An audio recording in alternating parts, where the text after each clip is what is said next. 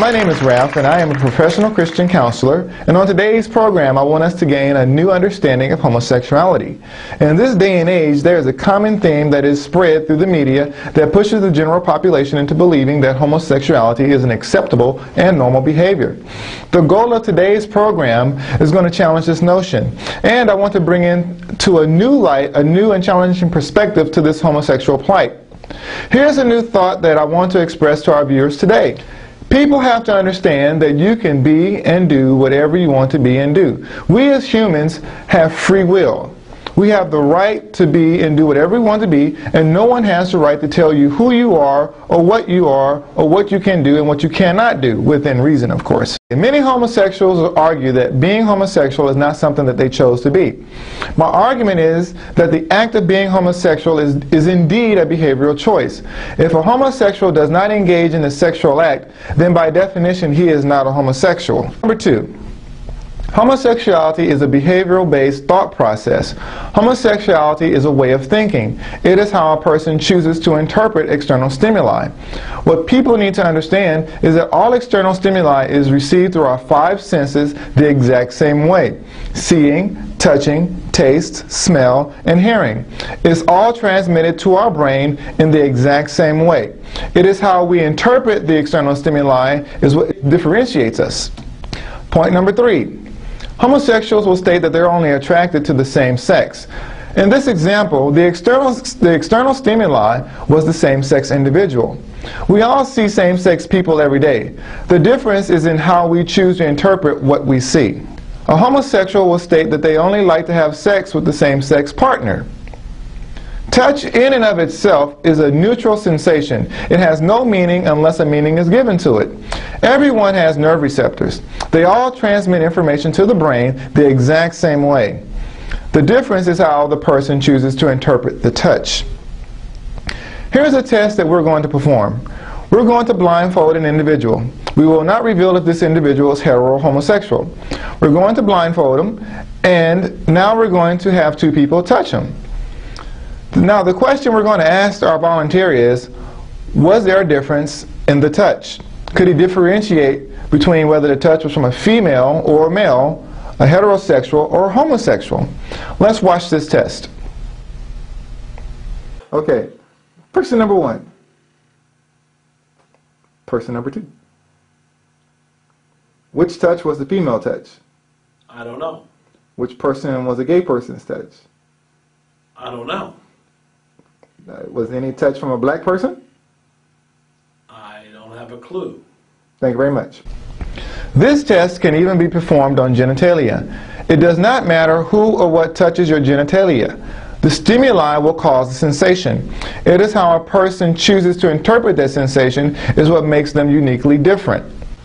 Now let's talk more about some of the traditional behavioral mannerisms associated with homosexuality.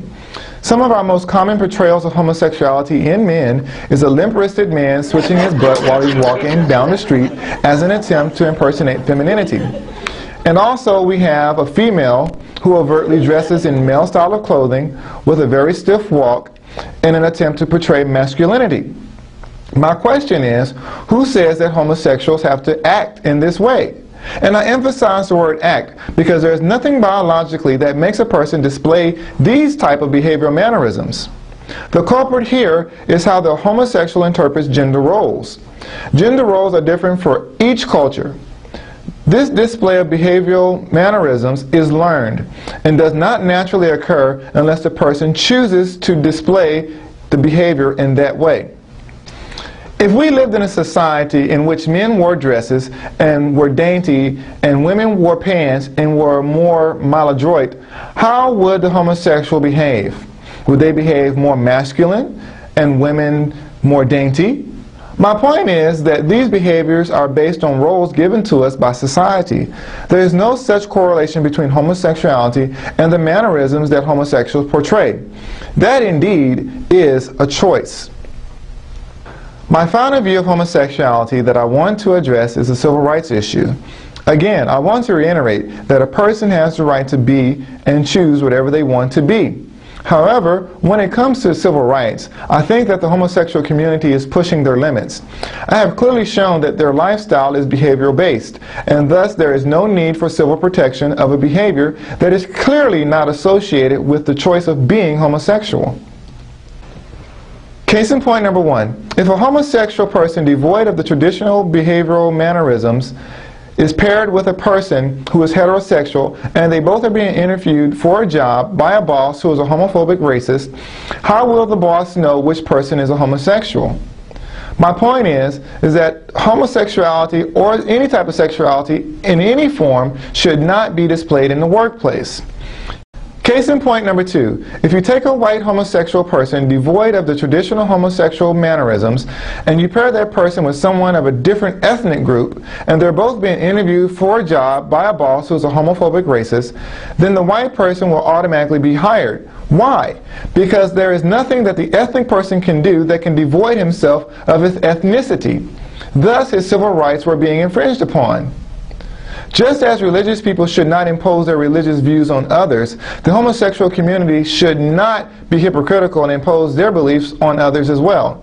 People should be given the right to choose to believe whatever they want to believe without fear or intimidation.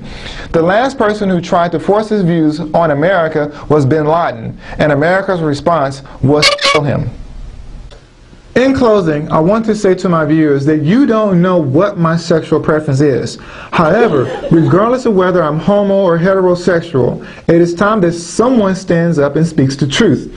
Homosexuality is a way of thinking. It is how a person chooses to interpret external stimuli. All humans have tendencies to be hetero or homosexual. The choice is made by the individual. There is nothing in history or scientifically that states the contrary. Do not lock yourselves into a certain lifestyle. Be free to be whoever or whatever you want to be. Don't let others dictate to you who you are and how you should be. Liberate yourselves. If you want to be homosexual, be a homosexual. If you choose later that you want to be heterosexual, then feel free to do so. Who cares what Tyra Banks, Oprah, or Dr. Phil and the others say? Sometimes homosexual will categorize people to fit in their own little box of what they think you should be and how they think you should act. Who are they to define who you are? Who are they to tell you what you can and cannot do? You only have one life. Live it the way you want.